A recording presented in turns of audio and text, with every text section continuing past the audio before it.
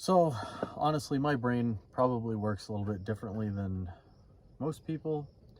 Um, I'm kind of perfectionist in the sense that I have things that I know that I want in my life, um, but I'm not going to make big compromises to get them. So, for example, I would love to have a dog, but I just haven't been in a situation where I can feel good about having the kind of dog that I want to have, which is a larger dog, um, high activity level. I grew up on a large piece of property out in the middle of nowhere. My dog was an outside dog, very independent, and I can't picture having, a mid-size energetic dog in town with a small backyard where the dog's inside all day. It doesn't sit well with, doesn't reconcile with the way that I want to have a dog. Um, and that's kind of what's happened with my situation as far as having children. In my 20s, obviously I was just focusing on work. I was working as a merchant marine, so I was overseas working on big ships, traveling the world. In my late 20s I came home, so in my 30s I've kind of been home. I'm almost 37. But the issue has been, finding a woman that doesn't already have a family started with someone else. Don't really have any interest in that. I mean, to each his own. It's just not for me. I'm here to live life on my terms, and I'd rather not have a family than have a complicated situation where it's not just two people together sharing a vision. I can't deal with the baggage, to be honest. I just can't. So by the time you find a woman that doesn't have children, time has slipped through your fingers, and it's you just find yourself in a situation where I'm not really confident that I want to start the journey of becoming a parent at 37. And then some of the external circumstances in the world, again, not just referencing how costly it is to raise a child, but also just kind of the direction that things are headed. um, you know it's just not, I don't know, it's not the vision of the future that I had. It's great, and it's fine if my version of what I wanted is drastically different than what the future holds, then that's great. And as long as most human beings are happy with that, then I'm happy for humanity, I guess. But for me, I grew up. I was born in '85, and by three, my parents were in the middle of a very nasty divorce that I get to live through. There's not much that I remember from you know uh, 3 to 5 years old, but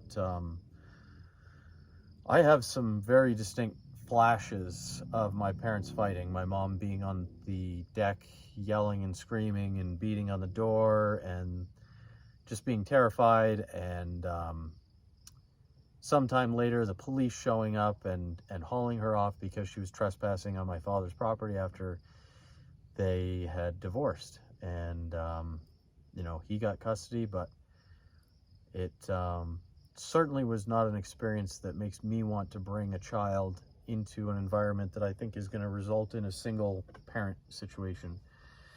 I don't want to be a single father. I don't want to make someone a single mother. And I don't especially want to put a child, any child, let alone my own child, through the experience of living in a single parent household where both parents legitimately hate each other. It's a truly awful and confusing experience for a child. And how cavalier everybody is about the blended family and the tumultuous nature of divorce and breaking up a family unit. Everybody's just normalizing it, but whether it's popular or not, I'm gonna refuse to do that and say that it is a horrible, horrible thing for society. It's a horrible thing for the parents, and it's a horrible thing for the children. Everybody wants to throw away Christianity in such a hurry, and the truth is, I don't have any love for Christianity beyond the fact that I think it's just a multi-thousand-year learning experience encapsulated in a book that we all looked at. So it was just common ground, or a way to relate to each other that we no longer have. You know, it was kind of like a guidebook for how people would expect a good person to behave. And now that's just open to interpretation.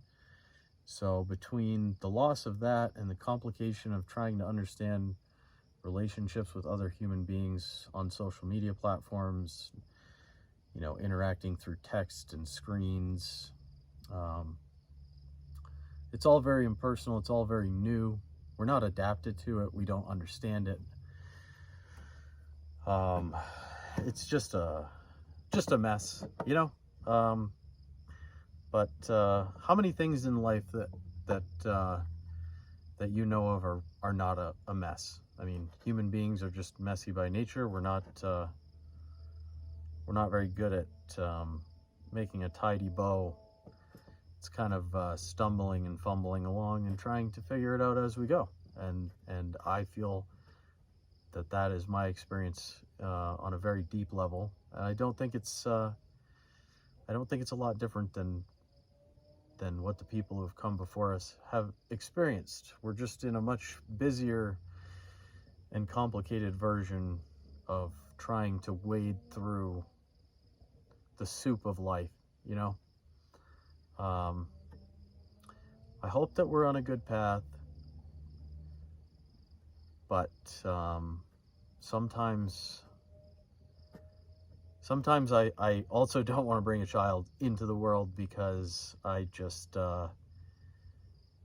I don't see that things are headed in a good direction.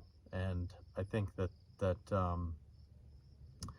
there's a lot of distractions that we have now that people in the old days, you know, I mean, Einstein's fairly recent, but you can go way, way further back to, let's say, the Greek or Roman philosophers, and say, you know, would those people have had the brilliant thoughts that they had and put them down on paper if they were distracted watching a 30-episode marathon on Netflix? You know, I suspect not. So as much as burying ourselves in entertainment and gluttony and pleasure feels great at the moment, it's just not probably a super sustainable way to live life as a species on a long-term basis.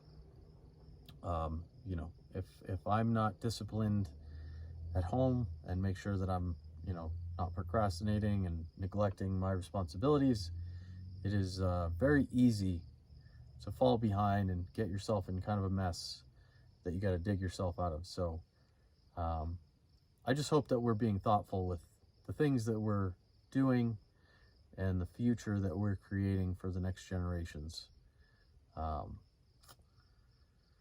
Because I feel like it's real easy to do the wrong thing, and it's difficult to do the right thing. It takes intentionalist thinking in order to create the future that we want. We can't just let things happen to us. We have to make the future that we want to see for our kids, for humanity. We have to make that come true. No one else is going to do it. So we'll do 2 more rounds of 223 suppressed. Again, this is supersonic ammo, so it's not going to be super quiet.